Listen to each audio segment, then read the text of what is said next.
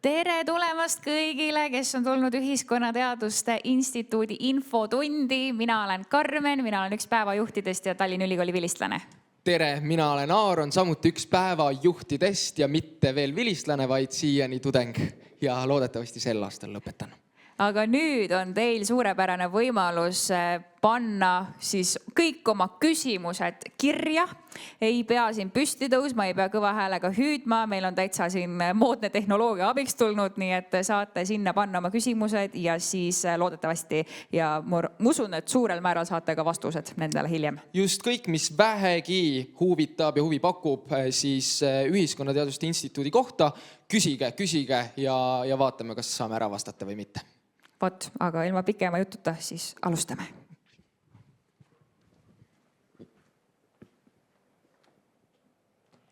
Tere ka minu poolt. Minu nimi on Ave Laas. Ma olen Tallinna Ülikoolis nooremteaduri ametikohal täna, aga ma olen ka endine haldus- ja ärikorralduse vilistlane. Enne kui me hakkame siin hooga pihta, siis lisaks nendel küsimuste, neid te saate esitada siis lõpus ja siis me järjest tutvustame kõiki toredaid erialasid, mida te Ühiskonnateaduste Instituudis saate tulevikus õppida. Minu roll on siis alustada haldus- ja ärikorralduse erialaga. See on Tallinna Ülikooli kõige populaarsem Ühiskonnateaduste Instituudi eriala, julgen öelda. Tallinna Ülikoolis üldse üks populaarsemaid ja sellel on väga selged põhjused, miks ta nii on.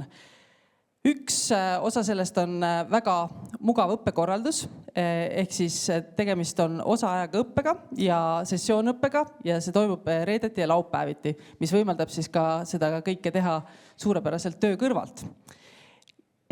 Või siis mingi muu elu kõrvalt, kes tahab sporti teha, kes tahab võib-olla muude eluks oluliste tegevustega tegeleda.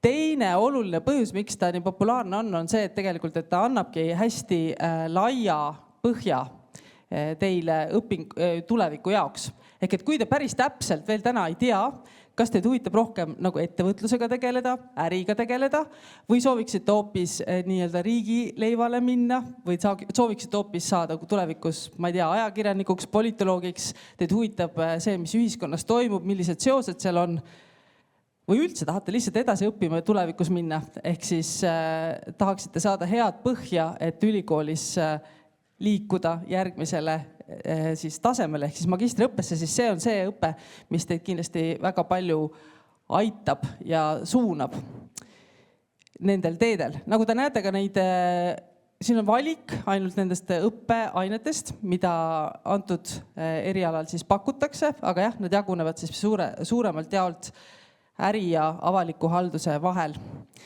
Ja ta ei ole suunatud siis mitte niivõrd sellistele tippjuhtidele, mis võib-olla on tavapärane ka ettevõtluse või ärisuuna õpingud, vaid ta on just ennekõike suunatud heale kesktaseme spetsialistile, ehk siis ta on ka selline hea stardipunkt või alustamise võimalus ükskõik millises sektoris, ka kolmas sektor, ehk siis mittetulundusühingud käivad siia väga hästi siia alla, et te saate kindlasti väga hea ülevaate selleks, et oma tööga, mis iganes avaliku või ärisektori ametis hakkama saada.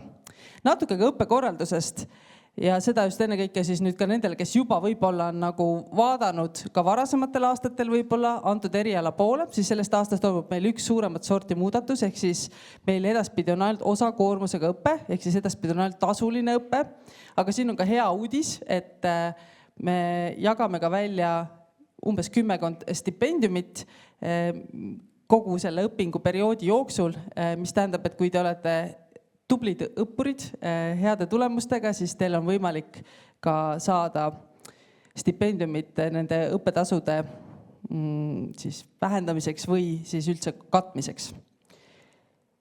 Ja kui te juba olete töötavad, kuigi ma näen, et enamasti olete siin üsna noored ja tulete koolist, aga kui teil juba on taskus natukenegi mingisugust töökogemust või õppekogemust, siis kõike seda saab ka väga mugavalt üle kanda ja kasutada ja antud õpe ongi ka päris palju selline, kus on võimalik seda praktiliselt siis juba teie olemasolevaid teadmisi ka õpingutes ära kasutada, selle pealt siis kas siis kirjutada lõputööd või mis iganes seminari või ainega seotud töid.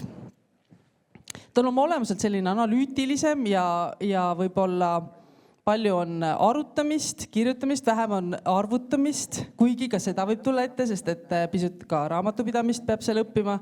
Et nagu öeldud, ta sobib üsna mitmekesisele seltskonnale ja väga muret tundma ei pea, et kas see siis käib üle jõu, et kui ikkagi füüsika võib-olla ei olnud kõige suurem tugevus, siis ma võin lubada, et võib-olla seda tõesti on nagu mõnevõrra vähem siin erialal.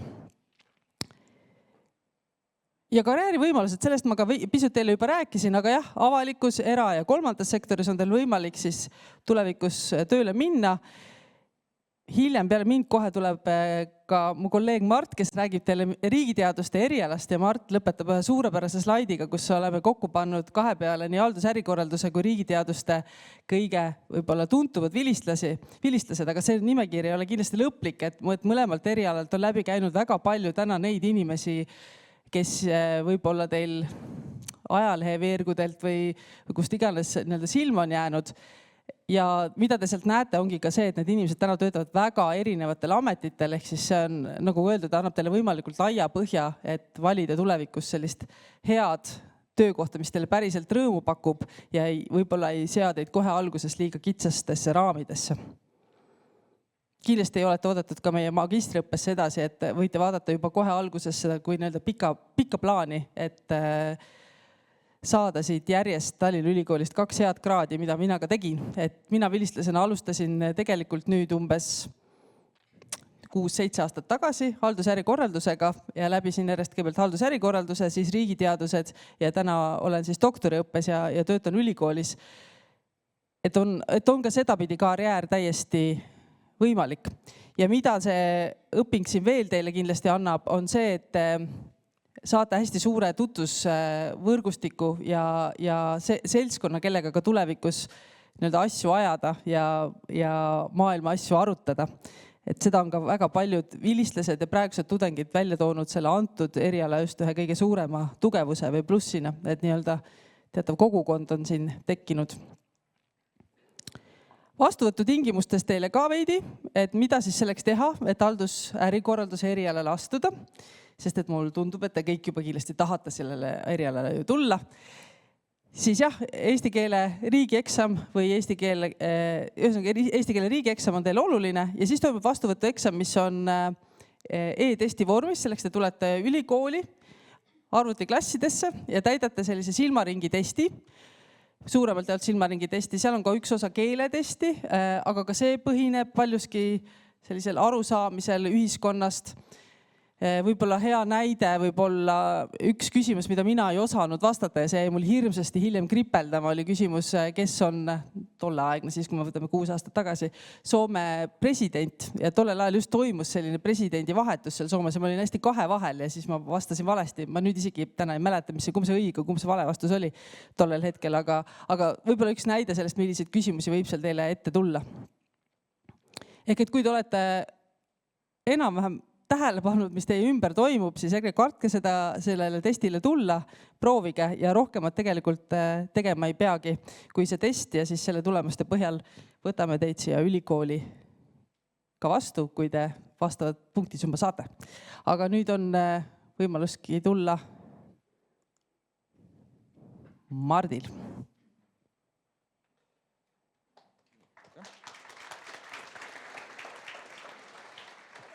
Aitäh, Ave.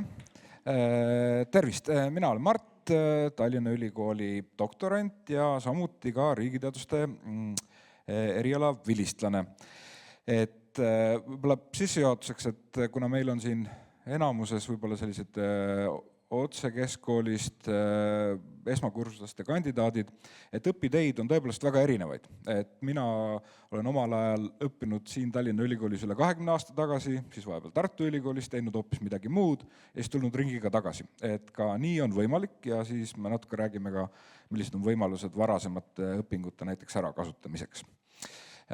Aga riigiteadused, haldusjuhtimine, avalik halduspolitoloogia, palju erinevaid nimesid, neid selle nimelist õppekava bakalaureusest, mis on selline üldine baasharidus, pakutakse meil moel või teisel väga paljudes ülikoolides ja mis võib-olla eristab Tallinna Ülikooli, on see, et meil on see nii-öelda poliitikateooria, rahvusvahelised suhted ja valitsemise governance pool on kõik esindatud. Et võib-olla Tartu Ülikoolis on rohkem selline filosoofilisem, teoreetilisem, traditsioonilisem lähenemine. Tehnikaülikool kindlasti vaatab rohkem majanduse, ettevõtluse, innovatsiooni suundasid, mis kõik on väga olulised ja vajalikud ja ma tahaks öelda, et riigiteaduste erialad Eesti ülikoolides suurepäraselt täiendavad teineteist. Just. Aga meie pakume seda 3 suunda nii-öelda ühes paketis ja lisaks kindlasti tänases maailmas te saate selliseid üldoskusi, kriitilist mõtlemist arendada, majandust, õigus ja võib-olla mingeid meetodiained, millest alati tuleb kasu ka tulevikus. Nii, aga need 3 sammast, millele me siis tugineme, et ongi poliitikateadused, see on teoreetiline pool nii meil kui mujal maailmas, sellised baasmõisted, sõnavara, millega sotsiaalteadustes üldse opereeritakse. Teiseks, rahvusvahelised suhted. Kui me vaatame, mis praegu maailmas toimub, eriti väikeriikide seisukohast, absoluutselt oluline ja möödapääsmatu. Ma ei tea, kas eilsed liitlased on meiega ka homme, millised on arengud, mis saab üldse nagu maailmast edasi, rahvusvahelisest õigusest ja kõigist sellistest küsimustest. Ma isegi ütleks, et väikeriigi seisukohast on tegemist eksistentsiaalsete küsimustega. Mida siis veel? Nii-öelda klassikalisemas poolest valitsemisest, poliitika kujundamisest erinevatel tasanditel, et kahtlemata meil on järgmise aastal ka valimised tulemas, kindlasti on võimalik osaleda ka tudengina teatud projektides, vaatlustel ja meil on ka nii-öelda meediaga seotud ettevõtmisi, mida stuudiumi käigus teil on võimalik ka ennast seal proovile panna ja osaleda. Siis loomulikult meil ei aega siin minna õppekava spetsiifikasse, aga teil on moodulid, üldained ja edasi. Ma rõhutaksin 2 asja. Et teil on seal vähemalt 24 punkti valikained ja need on nüüd see, mida te ise valite oma nii-öelda huvide järgi. Aga lisaks sellele on teil ka vabaainete sektsioon, mis on 18 punkti, mida on päris palju. Ja see on nüüd teie võimalus minna süvitsi, ma ei tea, õppida araabia keelt või hispaania keelt. Kedagi huvitab võib-olla Aasia kultuur, Jaapani riik, ühiskond, poliitika. Kõiki selliseid võimalusi meie suurepäraste humanitaarinstituudi ja keeleteaduste poolelt on teil võimalik vabaainetena valida ja see toetabki teie isiklikku nii-öelda arengut ja valikut, mida te tahate edasi teha tulevikus. Nii. See oli siis see, et mida me õpime. Nüüd me räägime natuke sellest, et kuidas me seda teeme. Et see osalt haakub Ave eelmise jutuga, aga ma ütleks, et siis nagu riigiteaduste õppekava, eriala, on selline natukene klassikalisem lähenemine, et see on küll päevaõpe, ehk siis ta on nagu nädala sees, aga meil on seal omajagu ikkagi paindlikkust. E-lahendused tähendab sellest, et näiteks väga palju, meil on keskkonnad Moodle ja nii edasi, mida te saate tundma õppima, kui te tulete meile õppima, aga väga paljudes kursustel võib olla nii, et näiteks loengud on eelsalvestatud ja meil ongi rõhk nii-öelda aruteludele, seminaridele, kus te olete lugenud asju, aga seal on väikesed grupid ja üldiselt arutelu on väga soositud. Nii et üks õppejõud kunagi ütles, et kui te tahate tulla ülikooli sotsiaalteadusi õppima, siis ega te nii-öelda lõplikku mustvalget tõde siit ei saa. Et selleks tuleb minna kuhugi mujale. Loomulikult mingit baasteadmistest peab olema sarnane arusaam, et millest me räägime.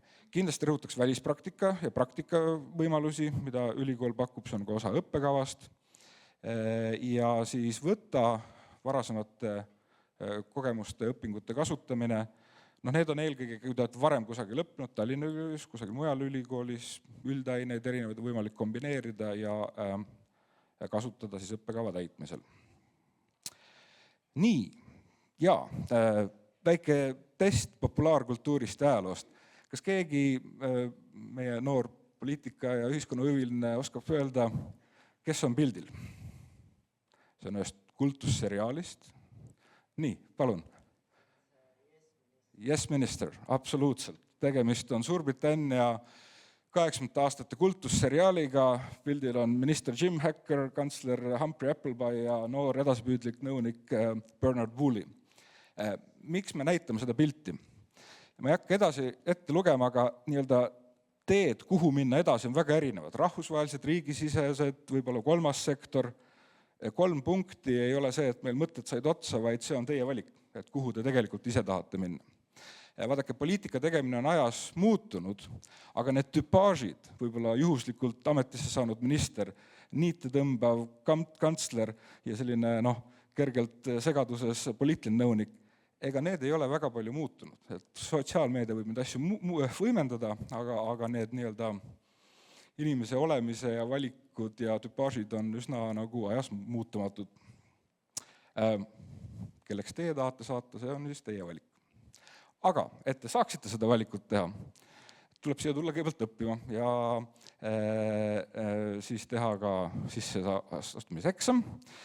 Meil on täiskoormusega nii-öelda tasuta õppe, kindlasti seminarides arutad, mis asi üldse on tasuta, kas on sellist asja on olemas, ja osakoormus on siis tasuline sessioonõppe, riigieksam, vastuvõtueksam ja nagu Ave rääkis, et see on selline silmaringi, ühiskonnaõpetuse temaatika, tekstist arusaamine, andmete tõlgendamine, näiteks teil võib olla joonis, mingi ajas, tööpuudus, mehed, naised, Eesti, Läti, Baltikum.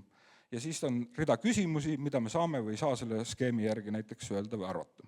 Et sellist loomingulist mõtlemist ja natuke ka silmaringi.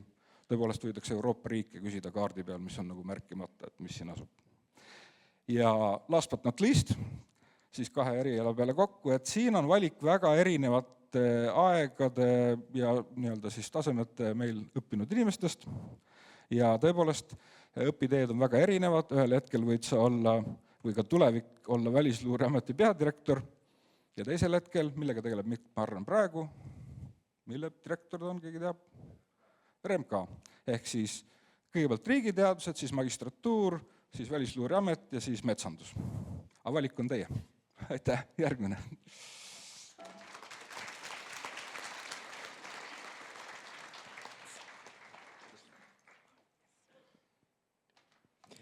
Hi, everyone. Don't worry, the pandemic is not back. I'm just sick today. So my name is Tony Cherkes, and I'm going to be presenting about the Liberal Arts and Social Sciences program.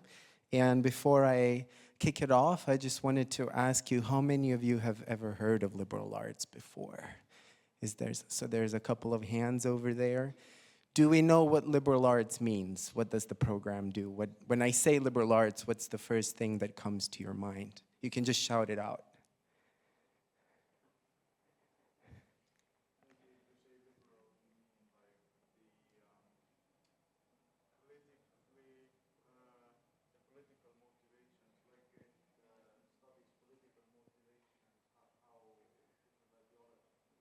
All right, so one answer is kind of we explore how different ideologies work, we study political motivations. Okay, anyone else? Maybe it's about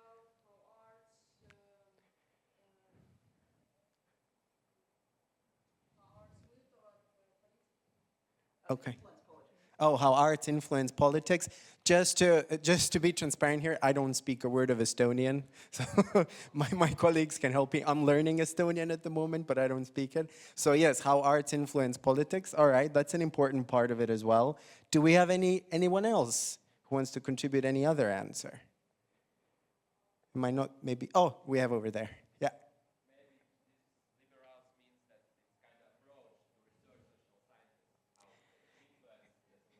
Exactly. Well, it's all of these 3, right? These were really correct answers, but the third one is really kind of nails it on the pin. So liberal arts and social sciences is actually the only program of this kind in the Baltic states, so we have nothing else to compare it to here. And it's actually one of the only such programs in the whole of Central and Eastern Europe. So there really isn't much to compare it to. It's a very unique program.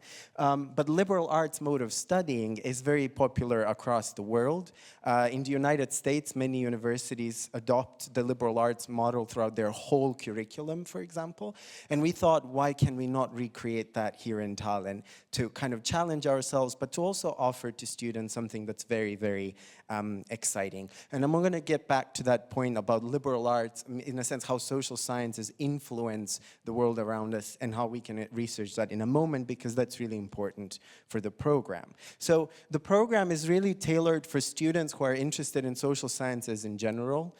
So many of our students are very curious about social worlds, but they do not know exactly yet what they want to study. They're curious about law. They're curious about international relations. They're curious about politics, about sociology. Psychology is a really big one. Well, we offer courses in all of these disciplines, and we also offer courses in anthropology and sociology as well.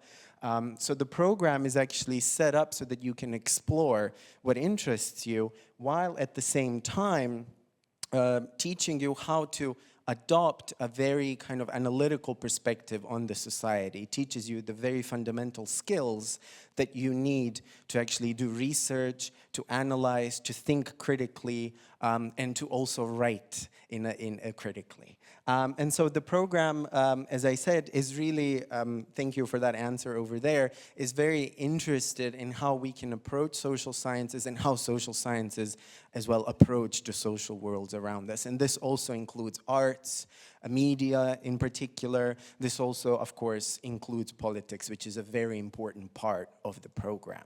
And so the program, as I mentioned already, kind of offers the basic knowledge on law, governance, international affairs, education, media and public relations, etc. throughout the 3 years, which is the nominal study period. At the same time, our students don't just get the basic knowledge of all of these disciplines, because an essential part of the program is the internship component. So all of our students have to do an internship as part of the program, which gives you actual professional skills so that once you graduate, you can actually go into the labor market and be competitive there. We also, of course, encourage our students, sorry about that, we encourage our students to do their own research. So the program actually ends after 3 years with a bachelor's thesis, where a student conducts original research on any field that you're in social science that you're really interested in.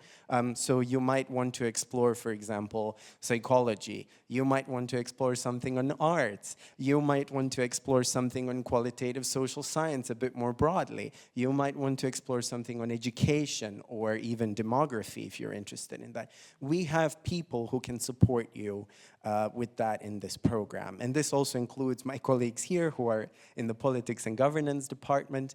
So you can also you will probably, if you come to this program, you will end up taking courses with some of them as well, and they can also support you later on in your own research. I have stuff, okay. So regarding the admission requirements, it's actually pretty straightforward. Our website is very clear on that. So you have to have completed secondary education. This is an English-speaking program, as obviously you might have figured by now. So you need to have a certain level of English proficiency. We need to receive a curriculum vitae or just a resume. And we have an admission exam, which is an interview, where we kind of discuss with you what you would like to do, why you're applying for this program. We also like to ask our students to read something before they actually come to the interview so that we can analyze a piece of literature together. This can be a research article, it can be a news article, anything that you like. It can be, you know, all sorts of things. But we also have them on the website. Anyways, so these are some of the important admission requirements. In terms of like after graduation, because it's such a wide-ranging program in social science, our students go into so many different fields. So we have students who worked in policy institutes like Praxis. We have students who worked in, European Union institutions. We have students who have worked in NGOs, we have students who worked in psychology, we have students or alumni who have worked in all sorts of different disciplines, and this is exactly what this program actually helps equip you for, so that ultimately, even if you do not know exactly what you want to do when you start, you know by the end. And then you either do a master's degree in that, or you just go into the labor market where you'll be very competitive and get a job later on.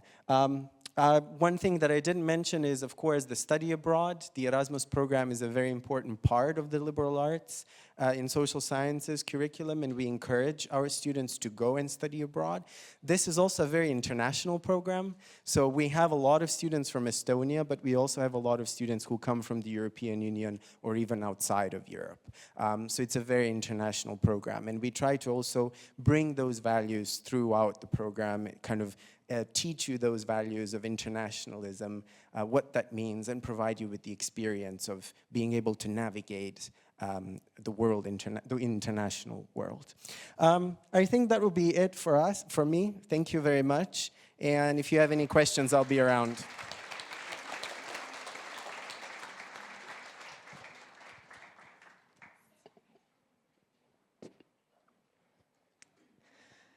Tere, mina olen Kairit Kall. Lisaks sellele, et ma olen sotsioloogia, tulge siia punase peale, lisaks sellele, et ma olen sotsioloogia lektor, olen ma ka sotsioloogia bakalaureuse õppekava juht. Seega ilmselt, kui teil on õppekava osas küsimusi, oskan neile väga vastata. Kas ma olen ees? Vist ei ole. Ja minuga on siin ka 2 sotsioloogia bakalaureuse kraadi lõpetanud tudengit. Nüüd nad on sotsioloogia magistrantuuris. Ja ma annan natuke aja pärast nendele ka sõna, et nad räägivad, miks sotsioloogiat õppida tore on. Aga mis asi see sotsioloogia üldse on? Hästi laialt öeldes põhimõtteliselt uurime me seda, et miks ühiskonnas asjad on nii, nagu nad on, kuidas ühiskond on üldse kokku pandud, kuidas ta toimib, kui teid näiteks huvitab, miks teie naabrimees käitub nii veidralt teie arust, või miks inimesed nii polariseerunud on, miks meil nii palju sallimatust on ja kõik need teemad, siis sotsioloogia võib olla just see õige koht, kus läbi põhjalike analüüside püüda neile küsimustele vastata. Miks tulla Tallinna Ülikooli sotsioloogiat õppima? Eestis kuskil mujal sotsioloogia sellist õppekava üldse ei olegi. Et selles suhtes hea põhjus, aga lisaks sellele on meie sotsioloogid siin tegevad ka üsna kõrgetasemelise teadustööga ja meil on õppekava hästi tihedalt seotud erinevate teadusprojektidega ja kui te olete tubli tudeng, siis saate juba ka bakalaureuse ajal näiteks mõnes teadusprojektis kätt proovida. Nii. Natuke ma juba viitasin ka sellele, aga ma arvan, et sotsioloogia on nagu tervikpilt ühiskonna toimimisest, et me vaatame erinevaid ühiskonna elu valdkondi. Aga millal võiks sulle sotsioloogia õppekava sobida? Ma arvan, et eelkõige siis, kui sul on selline huvi analüüsida andmeid, olgu need kvalitatiivsed, kvantitatiivsed, ja mõista sotsiaalseid nähtusi, mõista ühiskonna toimimist, mõista mingisuguseid protsesse. Ja sa võid vaadata seda väga erinevalt. Sa võid uurida mõned teemad, mida me ise ka uurime, ebavõrdsus, haridussüsteemis toimuvad muutused, tööturul toimuv, migratsioon, väärtusküsimused, et kõik need on teemad, millega sotsioloogid tegelevad. Ja just tegime tööandjatega ühe fookusgrupi ja nad ka just rõhutasid, et sotsioloogia õppes, mis on nagu erilist, ongi, et saab kaasa ühelt poolt hästi tugeva sellise andmete analüüsioskuse ja teiselt poolt nende andmete tõlgendamise oskuse ka, ehk me tegeleme teoreetilise poolega ka üsna palju. Ja siis, kui mõelda natukene pragmaatilisemalt, siis tegelikult õpingute jooksul tegelemegi sellise ühiskonnas ja tööturul hinnatud oskuste arendamisega nagu kriitiline ja analüütiline mõtlemine, andmekirjaoskus tänapäeval hästi oluline, aga ka eneseväljendus ja koostööoskus ja võib-olla ka hästi oluline rõhutada, et kuidas tulla toime erinevustega, kuidas mitte minna, ma ei tea, närvi oma selle naabrimehe peale või mingisuguste teistsuguste vaadetega inimeste peale, vaid proovida neid pigem mõista ja vaadata seda kui sellist huvitavat väljakutset, et miks me inimestena erinevad oleme. Nii. Ja kuna sotsioloogia jääb vahepeal inimestele natukene abstraktseks, et mida siin ikkagi nagu uurida võib või mida me uurime, siis siin on lihtsalt teile pandud mõned sellised teemavaldkonnad. Et näiteks, mis põhjustab ühiskonnas ebavõrdsust, mis tagab tööturul edu, kuidas edendada jätkusuutlikkust või miks inimesed kliimakriisi nii erinevalt suhtuvad. et kõik need on üsna sotsioloogilised teemad või neid on läbi sotsioloogilise perspektiivi võimalik mõista. Ja kuidas meie bakaõpe on korraldatud, et meil ongi nagu võib-olla 3 sellist suuremat nagu teemaplokki, et me õpetame teile teoreetilisi perspektiive, et kuidas ühiskonnast mõelda, ja siis teil on valik, terve portsu saate valida erinevaid uurimisvaldkondi, näiteks soo- ja perekonnasotsioloogia või haridussotsioloogia või keskkonnasotsioloogia, et kõiki neid ei pea läbima, palju rohkem valikuid on, aga te saate võtta just need, mis teile rohkem köitvamad tunduvad. Ja siis teine hästi suur osa õppekavas on erinevad meetodikursused, et me õpetame teid, kuidas analüüsida nii kvalitatiivseid materjale kui kvantitatiivseid materjale. Ei eelda, et teil oleksid tugevad matemaatilised oskused, aga natukene statistika ei tohiks ikkagi ka nagu ära hirmutada.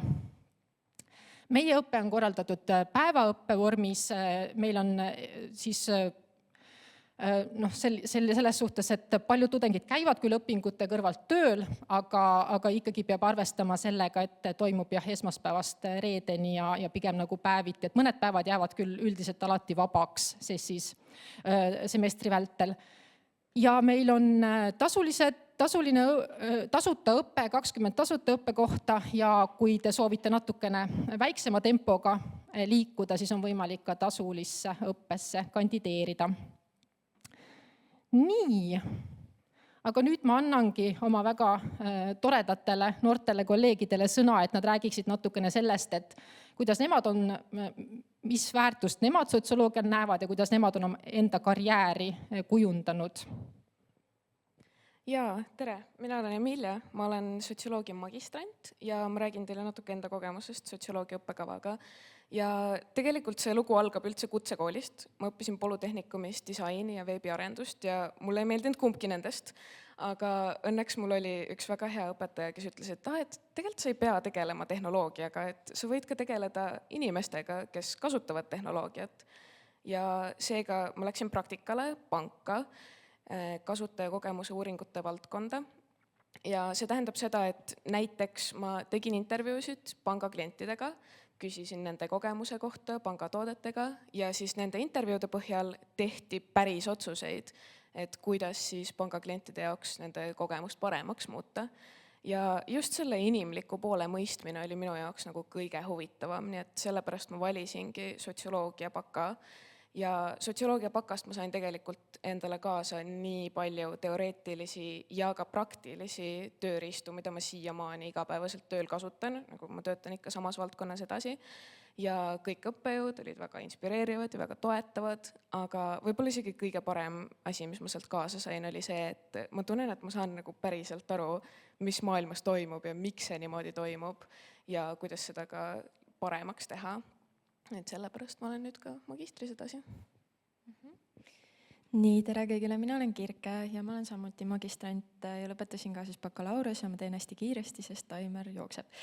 Aga igatahes, et neid töökohti on tegelikult nii palju erinevaid ja kui Emilia töötab näiteks erasektoris, siis mina olen täiesti avalikus sektoris ja töötan hariduse kvaliteediga seoses ja ma ütlen nii palju, et kõik need oskused, kõik need asjad, mida Kairit siin slaididel näitas, need ei ole lihtsalt ilusad lubadused, et mina olen reaalselt kõiki neid asju kaasa võtnud ja neid ka oma töös kasutanud. Et alustades siis sellest, et üldse kuidas analüütiliselt kõike mõtestada, kuidas järeldusi teha, kuidas asju tõlgendada, kuni selleni, et ma viin läbi mingeid uuringuid, ehk siis uuringudisaini ja statistikat ja analüüsi ja kõike muud, et tõesti sealt saab nagu nii palju kaasa ja sellepärast ma tulin ka magistrisse edasi, et kõike seda veel täiendada. Aitäh!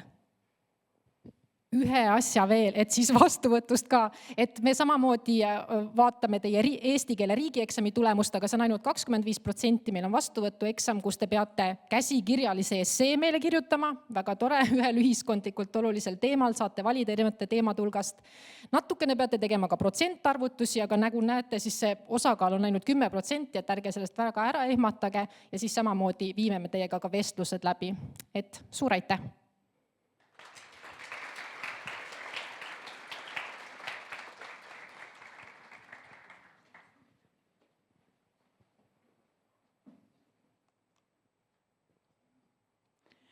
tere minu poolt kõigile, mul on suurepärane või hea meel, et ma näen nii palju uudishimulikke ja õppimishimulisi noori, kes on huvitatud Tallinna Ülikooli õppima tulemast, et see on suur rõõm. Aga mina räägin teile siis veidi sotsiaaltöö erialast, olen sotsiaaltöö dotsent ja sotsiaaltöö bakalaureuse õppekava juht. Et mida see sotsiaaltöö tähendab ja mida see õppimine annab? Sotsiaaltöö iseenesest pealkirjas on juba või eriala nimetuses sees, et tegemist on sotsiaalsusega, ehk et palju tuleb inimestega suhelda nii indiviidi tasandil kui ka gruppides, organisatsioonides ja selles mõttes see teeb selle eriala huvitavaks, ükski päev ei sarnane peaaegu teisega, et kogu aeg, nii nagu ühiskonnas on muutusid, nii on ka tavalises tööpäevas erinevad inimesed, erinevad grupid, kellega tuleb tegeleda ja kelle jõustamisega tuleb tegeleda. Et sotsiaaltöö erialas õppimine annab teadmised ja oskused, kuidas siis nende inimeste ja organisatsioonide, kogukondadega ja kõigega tegeleda. Just, et see ei tähenda, et sotsiaaltöötaja kogub endasse hunniku probleeme, vaid tema ülesanne on jõustada ja toetada neid inimesi või organisatsioone, gruppe, et nad saaksid oma probleemide tegelemisega iseseisvamalt hakkama või hiljem pärast olukordade lahendamist iseseisvalt hakkama. Ja see sotsiaaltöö tähendab ka kogemusi ja suhtlemist erinevate kliendigruppidega ja see teeb ka eriala huvitavaks, sellepärast et kui te tahate suunduda tööle lastega või noortega, siis te saate seda valida. Kui te tahate rohkem tegeleda eakatega või erivajadusega inimestega, siis on erinevaid töökohti, kus tegeldaksegi nende sihtgruppidega. Tegelemine, see on võib-olla vähem populaarne, aga ka huvitav, sõltlastega tegelemine, vabanevate vangidega või nende ühiskonda kohandamisega ja nii edasi, et sotsiaaltöös on palju erinevaid valikuid ja isegi tööl, kui te ühest tegevusest tüdinete ära või olete piisavalt ammendunud ja palju sinna andnud, tahate midagi muud, siis saate nagu vahepeal pöörata teise suuna ja tegeleda hoopis teise sihtgrupiga ja see teeb asjaga huvitavaks. Ja õpingute käigus te saate siis need teadmised ja oskused, et tegeleda, et õpite nagu kohustuslike ainetena klienditööd, siis õiguslikke aluseid, mis on sotsiaaltööga seotud, siis erinevad töömeetodeid, nii töö planeerimiseks, inimeste vajaduste või gruppide või kogukondade vajaduste hindamiseks ja tegevuste planeerimiseks. Et need kõik on õppekavas sees. Lisaks on valikained, ka vabaained, mida saate ise valida vastavalt sellele, kas te juba töötate ja juba tahate konkreetselt mingeid valikuid teha või siis juba kujutate ette, et mida te hiljem tegema hakkate, kui diplom käes, et siis nende kliendigruppidega teatud teemasid saate valida. Et kellele see eriala sobib? Nendele, kes on tolerantsed siiski. Ühiskond, nagu te teate, on probleemidega väga seotud, vahetevahel tundub, et isegi probleemidest üle kuhjatud, aga et need probleeme ei tasu karta, neid võiks kasutada väljakutsena ja siis on hea nagu hakata vaatama, mis on see, millega mina tahan tegeleda ja see tähendab suhtlust, mis tähendab, et sotsiaaltöö sobib inimestele, kes tahavad teistega suhelda, kes ei karda suhtlust, kelle jaoks on pigem väljakutse või huvitav. Ja nagu ma varem juba ütlesin ka, et see sotsiaaltöö ei tähenda, et meie saame kõik need sotsiaalprobleemid endale sotsiaaltöötajatena, vaid pigem me proovime, mitte ei proovi, vaid tegeleme ka inimeste toetamisega ja jõustamisega, et nad inimesed saaksid oskused, kuidas ennast paremini kaitsta, kuidas probleemidega toime tulla ja edaspidi juba iseseisvalt hakkama saada. Et kus need suurepärased sotsiaaltöötajad töötavad? Tänasel päeval töötab mitmeid ja mitmeid inimesi Sotsiaalministeeriumis erinevates osakondades kuni sotsiaalministriteni välja, mitu inimest meie lõpetajatest on olnud sotsiaalministrid, Signe Riisalo ja Helmen Kütt ja nii edasi. et töötatakse ka riiklikes ametites, Sotsiaalkindlustusametis, Töötukassas ja nii edasi, niisugustes ametniku töökohtadel, aga väga palju õpetajaid töötab kohalikes omavalitsustes ja seal juba spetsialistidena nagu kas laste ja noortega, eakatega, erivajadusega inimestega või mis iganes ametikohad luuakse kohalike omavalitsuste poolt ja sotsiaaltöötajad, haridusega inimesed on igas omavalitsuses töös, ei ole ühtegi omavalitsust, kus poleks sotsiaalde haridusega inimest tööl või mitut isegi.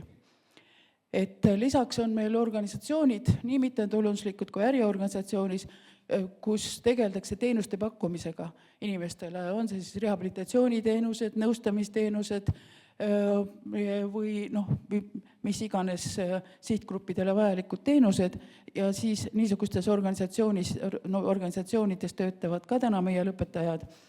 Ja lõpuks ka projektid, programmid, näiteks mitmed noorsootööga seotud projektid, seal on sotsiaalspetsialistid nagu kaasatud ja vajatud ja nii edasi.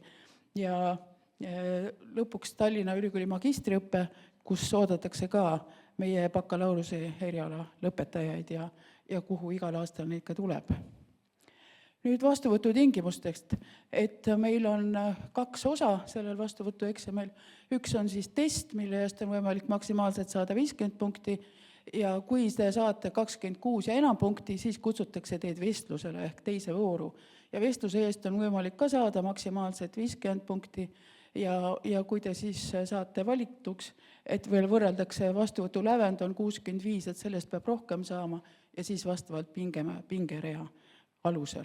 Aga need riigikohti meil ehk tasuta kohti on meil 35 ja tasulisi kohti on ka veel lisaks 20, et kes ei saa riigikohale sisse esimese otsaga, aga on valmis ka tasulisse õppesse tulema, siis on võimalik neil semestri jooksul või 2 semestri jooksul, kui tekib tasuta kohti, siis on võimalik kandideerida nendele tasuta kohtadele. Nii et sisuliselt meil niisugusi tasulisi õppijaid nagu teisel kursusel praktiliselt ei olegi, on nii, Marika?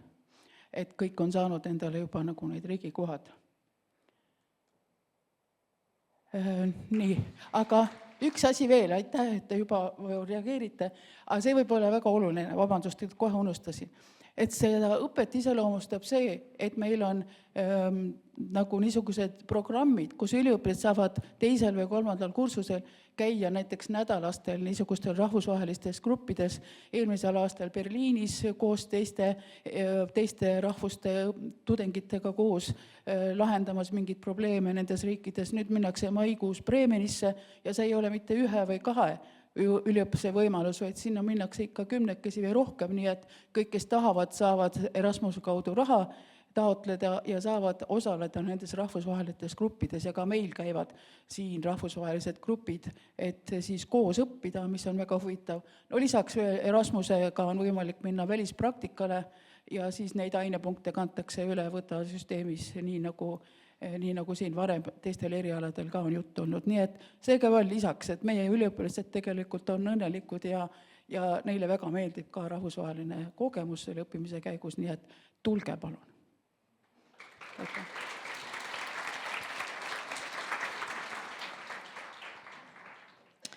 Nii, tere kõigile, minu nimi on Kätlin Kirno ja erinevalt Tonist siis mina eesti keelt räägin, aga ma räägin teile ka inglisekeelsest õppekavast. Ja selles mõttes efektiivsus on hästi oluline. Mart rääkis hästi palju ära riigiteadustest, et kuidas on hästi tore seda õppida ja kui hästi oluline on seda õppida nii ja naa, mis on kõik väga õige, aga kui teeks seda rahvusvaheliselt? Ehk siis see on sama asi. Poliitika valitsemine on siis meie riigiteaduste inglisekeelne mõnes mõttes selline versioon, aga see ei ole päris täpselt see sama kava.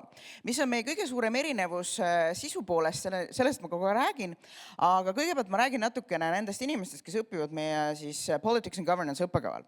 Et meie õppekava on, kui öeldud, inglisekeelne, rahvusvaheline, see tähendab seda, et meil on tudengeid igalt poolt. Aina enam on meil tudengeid ka Eestist, mis on hästi tore ja ma kohe räägin ka, miks nad on tulnud meile õppima, sest me küsime nende käest alati, mis neid toob siia. Aga meil muidu tulevad tudengid ükskõik kus kohast välismaalt. Meil on Euroopast hästi palju, alates Soomest, ma ei tea, Saksamaalt, Lõuna-Euroopast, meil on olnud Ukrainast, Gruusiast, meil on olnud Aasiast väga mitmelt poolt, Aafrikast, Põhja-Ameerikast, Lõuna-Ameerikast, vaata Austraaliast ei ole olnud. Sealt kandist ei ole olnud. Aga kõikjalt mujalt on olnud hästi palju tudengeid ja on edaspidi ka. Ehk siis meie selle õppekava kõige esimene asi, mida meeles pidada, on see, et istud koos klassiruumis inimestega, kes on hoopis teisest kohast, neil on teised arusaamad, teised elukogemused ja kuna meil on väga palju just sellist diskussiooni ja selliseid arutelusid, mille raames on vaja jõuda ka võib-olla mingisugusele ühise arusaamale, siis sa saad, see võib olla mõnele positiivne, mõnele negatiivne kogemus, aga sa saad kõike seda kogeda ja saad kõvasti targemaks ka nende maailmavaadetest. Nüüd meie õppekava mõnes mõttes sarnaneb riigiteadustele, et meil on samamoodi rahvusvahelised suhted, majandus, meil on esindatud hästi palju poliitikat, hästi palju valitsemist, aga meie ained on natuke teistsugused, mõned asjad ka kattuvad riigiteadustega, ka mõned kattuvad nimeliselt, aga ained on eraldi tegelikult, et meil on hästi palju just sellist euroopalikku vaadet, ehk siis meie näited ei ole Eesti-põhised, vaid on mitmelt poolt Euroopast, aga loomulikult toome näited ümber maailma ka ja just tänu sellele ka, et meil on ruumis tavaliselt inimesed, kelle taust on väga erinev, siis sellega kaasneb ka see, et ta mitte ainult ei kuule klassi eest mingisuguseid uusi mõtteid, vaid sa kuuled ka enda kõrvalt. Ja õpingute raames me julgustame alati õpilasi, et nad mõtleksid oma kas siis riigile või mingi riik, mis neid huvitab, uuriksid erinevaid kohti ümber maailma vastavalt siis sellele, mis teema meil parajasti siin aines on. Ja meie õppekava viib kokku siis teooria ja praktika, ehk siis meil on väga palju ka siis praktikute kokkupuuteid, hästi palju on just seda sama Euroopa visiooni, et me vaatame, mis on see laiem sükene Euroopa nägemus. See, et meil on kõik asjad inglise keeles, et kuigi jah, siin riigiteaduses teistes õppekavades on ka see ootus, et teil peab olema teatud keeletase, see on selleks, et see materjale lugeda, siis meie puhul on see äärmiselt oluline sellepärast, et kõik toimub inglise keeles. See tähendab seda, et kui te olete inglise keele õppekava, te võite muidugi minna ülikoolist võtta ka mõningaid eestikeelseid aineid, keegi ei keela, aga kõik õppekava ained on teil inglise keeles. Ja ma ennem lubasin, et ma ütlen teile, miks siis eestlased meile tulevad õppima. Peamine põhjus, miks, kui me küsime, et mis teid siis siia tõi, siis peamine põhjus ongi see, et nad näiteks tahavad minna magistrisse välismaale. Või siis nad tahavad tulevikukarjääri kuskil välismaal. Ja nad tahaksid juba praegu alustada sellest, saada seda rahvusvahelist kogemust nüüd ja kohe ja praegu. Ehk siis see sama rahvusvahelistumine juba kodus. Et sa ei peagi kuhugile minema selleks, et õppida natuke teistmoodi kui teised inimesed ülikoolis. Väga palju on meil poliitika ja valitsemise aineid ja rahvusvaheliste suhete aineid, natuke vähem ka majandust. Ja meie õppekava on üles ehitatud nii, et kõigepealt on hästi palju kohustuslikke aineid, mis nagu teistelgi õppekavadel, mis annavad siis mitte ainult baastaseme, vaid ka natukene rohkem siis nendest samadest teemad, mis on siin mainitud. Lisaks loomulikult ka laiemaid teadmisi kriitilisest mõtlemisest ja uurimisest ja kõigest muust. Aga see, mis sind kõige rohkem huvitab, siis selle järgi sa saad kujundadagi oma tulemuse läbi valikainete. Et meil on terve hunnik valikained, mille sa saad valida, lisaks loomulikult sa saad ka ülikooli pealt muid asju valida. Sarnaselt teiste erialadega siis on meie õpingute raames teil kohustuslik praktika ja õpingud lõppevad lõputööga, mille siis saab pärast näiteks magistrisse kaasa võtta. Ja meie õppekava on üles ehitatud selle loogikaga, et kui sa soovid pärast minna edasi õppima, siis me anname sulle need teadmised. Et kuidas näiteks minna kuskile sotsiaalteaduste, eriti poliitika või valitsemisvaldkonda, näiteks magistrisse õppima, kas Eestisse, mujale. Kui me vaatame ülikoole, kuhu meie lõpetajad on läinud, siis mõned on jäänud siia, näiteks kas siis eesti või ingliskeelsesse õppesse, vastavalt nende keeleoskusele. Ja siia ma ei mõtle ainult Tallinna Ülikooli, on mindud ka näiteks TalTechi, on mindud Tartu Ülikooli, aga on mindud ka kas siis oma kodumaale tagasi magistrisse, aga mitte ainult. Näiteks Soome tudeng, neid on olnud meil päris palju aastate jooksul, aga näiteks Soome tudengid väga tihti jätkavad oma õpinguid hoopiski näiteks kas Kopenhaageni ülikoolis või mõnes Rootsi ülikoolis. Meie lõpetajad on läinud edasi ka Hollandisse, mitmele poole Euroopasse või siis nagu öeldud ka oma koduriiki tagasi, mis võib olla hoopiski Euroopast väljas. kui me vaatame seda, et millega meie lõpetajad tegelevad, siis meie lõpetajad töötavad väga erinevates valdkondades, vastavalt nende enda huvidele. Päris mitmed töötavad avalikus sektoris ja see tähendab seda, et nad võivad olla nii ametnikud kui ka siis poliitikud. Meil nii uhket slaidi veel pakkuda ei ole, nagu siin Mardil ja Avel oli, et meie lõpetaja veel kuskil on ministriks saanud või midagi sellist. Et me õppekava on ainult 10 aastat lahti olnud, nad pole nii kaugele veel jõudnud. Küll aga on meil päris kõrgete ministrite nõunikke küll teistes riikides. Samuti on meil mitmeid riigiametnikke mitmel pool. Paljud töötavad ka erasektoris, eriti need, kes on keskendunud nagu natuke rohkem majandusele ja valitsemisele oma õpingute jooksul. Neist on päris mitmed siis kuskil erasektoris, kas siis mingi manažeri kohal või midagi sarnast. Samamoodi on meil päris mitmed lõpetajad mitmetulundussektoris, kas siis ka juba asutuse juhina või siis analüütikuna või mis iganes on see, mis neid huvitab. Ja üks tee viib meie juurest ka rahvusvahelistesse organisatsioonidesse ja seda teed on meil ka päris mitmed läinud aastate jooksul, et me üldiselt hoiame natukene silma peal, et millega meie lõpetajad ka tegelevad, kuigi seda on natuke raskem teha, sest nad lähevad suurde ilma laiali, aga sinna suurde ilma laiali lähevad ka eestlased. Ehk siis sinna samasse rahvusvahelistesse organisatsioonidesse on läinud ka meie enda eestlastest lõpetajad. Aga kuidas see meile sisse saab? Igaks juhuks tuletan meelde, et meie inglisekeelsed õppekavad on kõik tasulised, meil on semestripõhine tasu, aga see tähendab seda, et meil ei ole konkreetset numbrit, mida me ootame, et meie vaatame selle järgi, kas te vastate meie soovidele. Meil on vaja inglise keele oskust ja gümnaasiumi lõputunnistust või siis keskhariduse tunnistust ja siis on üleval ka meie juhised, et kuidas vastuvõtueksamile tulla, CV ja natuke lugemist ja siis selle intervjuu raames jõuamegi järeldusele. Et kas te sobite meile? Ma arvan küll, et sobite. Nii et ootame juba teed huviga. Kui te soovite just õppida inglise keeles, siis meie õppekava on kõige parem. See lihtsalt on kõige parem, siin ei ole midagi teha. No nii, aga ma tänan teid.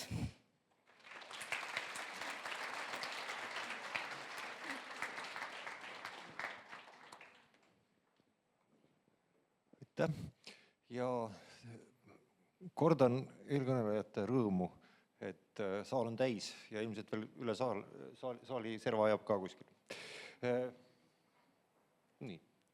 Mina olen Tanel Kalmet ja õiguse õppekava kuraator, millegipärast on siin tõlge all.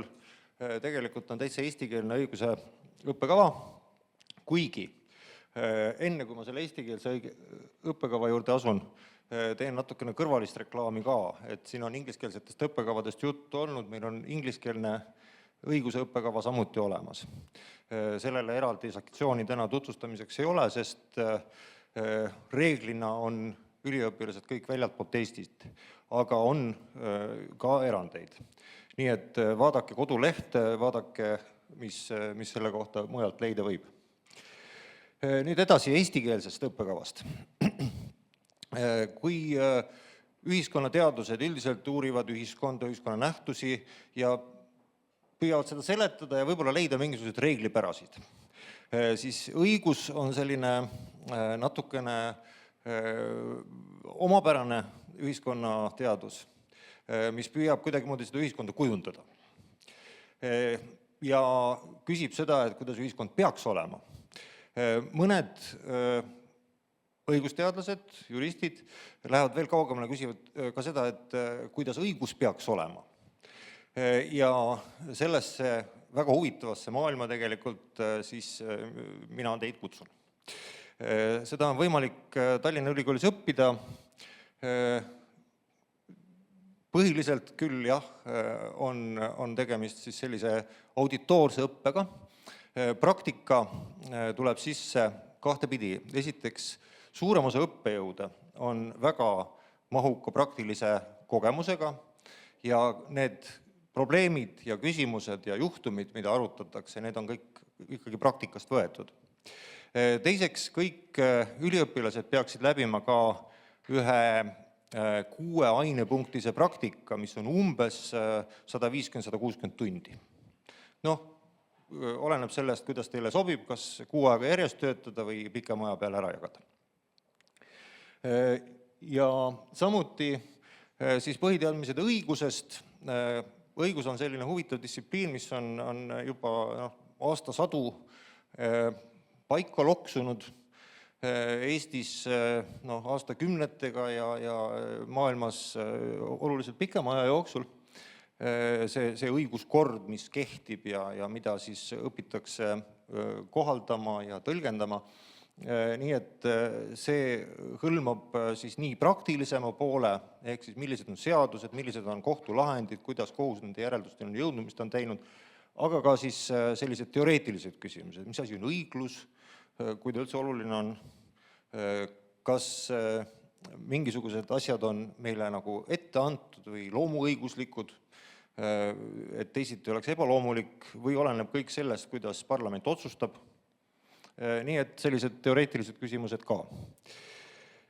Nii, loomulikult sinna juurde tuleb ka küsimus sellest, et miks ikkagi inimesed õigust rikuvad, aga see on rohkem juba nüüd sotsioloogide mängumaa. Jurist ei pea sellele vastust leidma. Küll aga ta peab teadma, mis siis juhtub, millised on tagajärjed siis, kui keegi õigust rikub. Õppejõudude kohta ma juba ütlesin, mitmekülgsed õppejõud, tõepoolest on praktikuid, on rahvusvahelise haardega, Eesti haardega, siis rahvusvahelisus üldiselt. Kuna meil on kõrval see ingliskeelne kava, siis me töötame koos paljudes küsimustes ja osa loenguid on ka koos, ingliskeelsena siis. Nii et sellepärast ka siis see inglise keele nõue, kuigi Eesti õiguse materjalid on tavaliselt eesti keeles ka olemas. Rahvusvaheline kogemus. Ma ei hakka kordama seda, mida kolleegid ja sõbrad on juba siin enne öelnud, et on võimalik Erasmusega käia teises ülikoolis semestriks või mõne lühema perioodi jooksul näiteks sellised õpiampsud kuskil mujal, et need võimalused on ka olemas. Nii, nüüd tegemist on osakoormusega õppega, mis tähendab, et ta ei mahu ära 3 aasta sisse, vaid võtab 4 aastat. Õppekava on jagatud 4 aasta peale ja ta on tasuline. Seda, kas millalgi on võimalik ka 3 aasta jooksul tasuta õppida, seda ei tea, see oleneb poliitikutest. Mida selle kogemusega peale hakata? Siin on palju võimalusi. Muidugi kõige otsesem kasutusvõimalus on siis see, et lähete kuskile tööle juristina. Paljud tööandjad tõepoolest ei küsi magistrikraadi kohe. Et mingisuguste ülesannete täitmiseks on täiesti sobiv on ka bakalaureusekraad või juba isegi omandamisel olev bakalaureusekraad, kus on kellegi käe all saab niimoodi töötada. Põhiliste õiguselukutsete nagu kohtunikud, advokaadid, prokurörid, nende täitmiseks on vaja siis magistrikraad, nii et seda on võimalik omandada siis kas Tallinna ülikoolis, mõnes teises Eesti ülikoolis või ka mujal maailmas.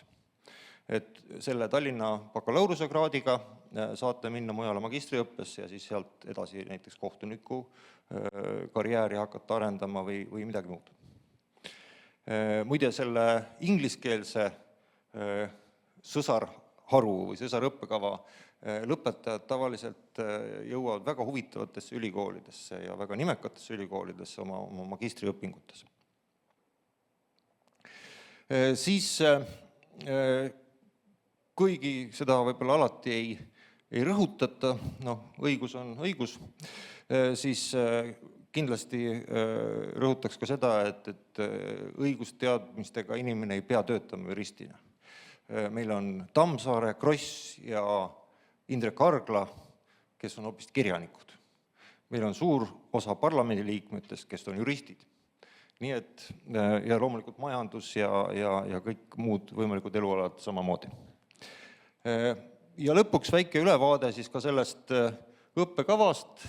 Meil on siis üleülikoolilised ained, mis on sisult mittejuriidilised, samuti kohustuslikud ühiskonnateaduste ained, näete, maht on seal kõrval, ma ei hakka ette lugema. ja nagu eelkõnelejad juba ütlesid, 16 punkti vabaaineid. Ja erialaained on siis kohustuslikud või 24 punkti ulatuses valikained. Ja lõpuks siis praktika ja bakalaureuse eksam, meil ei ole bakalaureuse tööd, vaid on eksam. Nii, ma olen jõudnud peaaegu lõpuni. Eesti keele riigieksam on siis 25% sisseastumise eksamist, 75% on test, mille kohta kehtib enam-vähem see, mis juba varem öeldi, ehk siis üldteadmised, oskused teksti ja andmeid lugeda, aga mitte liiga keeruline, ja lõpuks siis ka inglise keele oskus. Nii, aitäh, aga üks reklaamimoment veel. Nimelt 14. ja 15. mail toimub Tallinna Ülikoolis õiguse õppealane konverents. Ja selle korraldajad palusid seda kindlasti teile teada anda. See on huvitav asi, kuskil peaks olema ka selle flaierid liikumas, ma arvan, et see jõuavad sinna üles leti peale mingiks ajaks. Aga isegi kui te ei tule nüüd bakalaureuse õppesse, tulge konverentsile ikka ja vastupidi ka. Aga tulge mõlemale. Aitäh!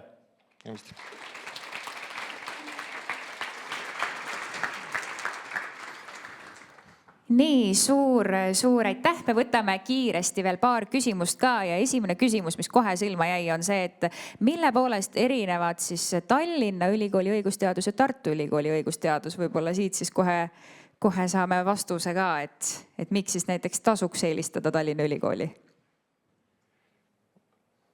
Aitäh.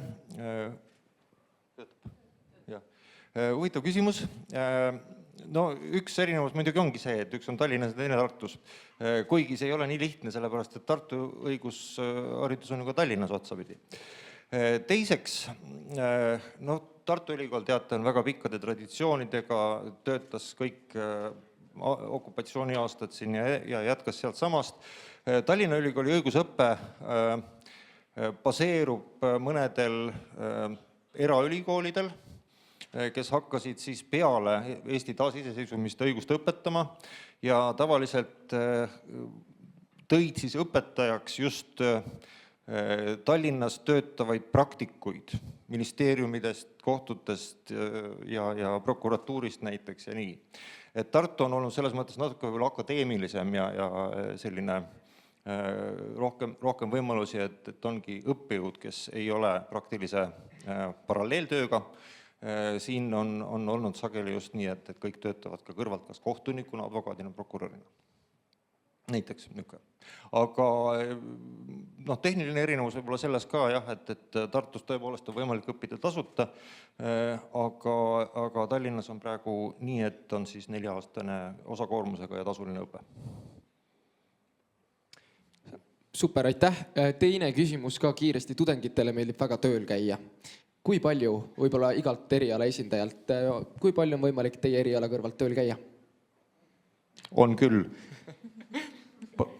Piisavalt palju, aga nii, et õppimist ei sega. Ma võin siin võib-olla kuidagi võtta kokku selle asja, muidu me hakkame siin üksaval seda rääkima. Võtsin mikrofoni üle. Ehk siis jah, mina ju alustasin sellega, et mis on haldusärikorralduse üks eelis, et saab tööl käia, sest et see on sessioon õppena.